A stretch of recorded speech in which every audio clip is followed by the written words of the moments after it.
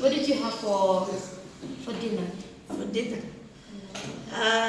It depends to my dad, because when my dad go home after the work, he probably maybe bring some food, chicken or something like that.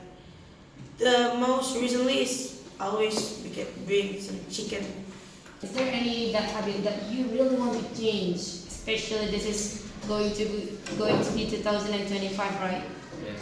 Is there any that hobbies that you want to make a new resolution to change, and why?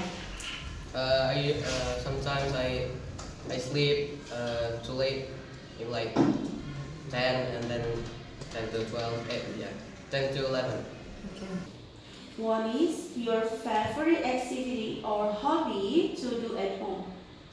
Drawing Mm-hmm. and make some story. Make some story? Which story? And Or a story that about your life or just your imagination? my Your imagination. Okay.